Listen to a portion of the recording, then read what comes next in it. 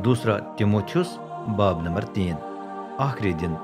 लेकिन ये बात जान लें कि आखिरी दिनों में होलनाक लम्हे आएंगे। लोग खुद पसंद और पैसों के लालची होंगे। वो शेखीबाज, मगरूर, कुफर बकने वाले, माँ बाप के नाफरमान, नाशुक्रे, बेदीन और मोहब्बत से खाली होंगे।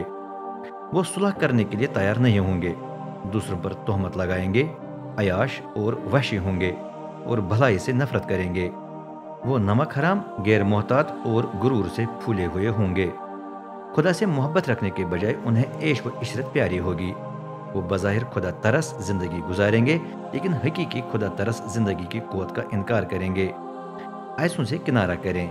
उनमें से कुछ लोग घरों में घुसकर कमज़ोर ख़वातीन को अपने जाल में फंसा लेते हैं।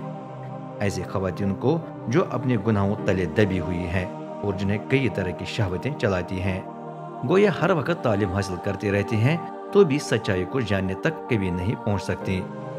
जिस तरह यनीस और यम्ब्रीस मूसा की मुखालफत करते थे, उसी तरह ये लोग भी सच्चाई की मुखालफत करते हैं।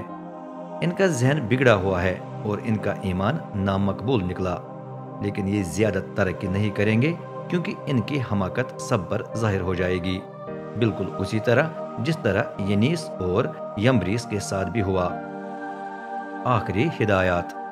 लेकिन आप हर लिहाज से मेरे शागिर्द रहे हैं, चाल चलन में, इरादे में, ईमान में, सब्र में, मोहब्बत में, साबित कदमी में, एजार सानियों में और दुखों में।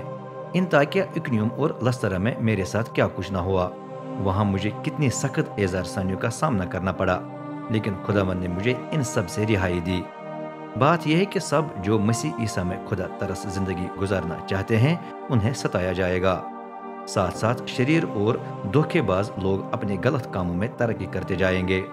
वो दूसरों को गलत राह पर ले जाएंगे और उन्हें खुद भी गलत राह पर लाया जाएगा।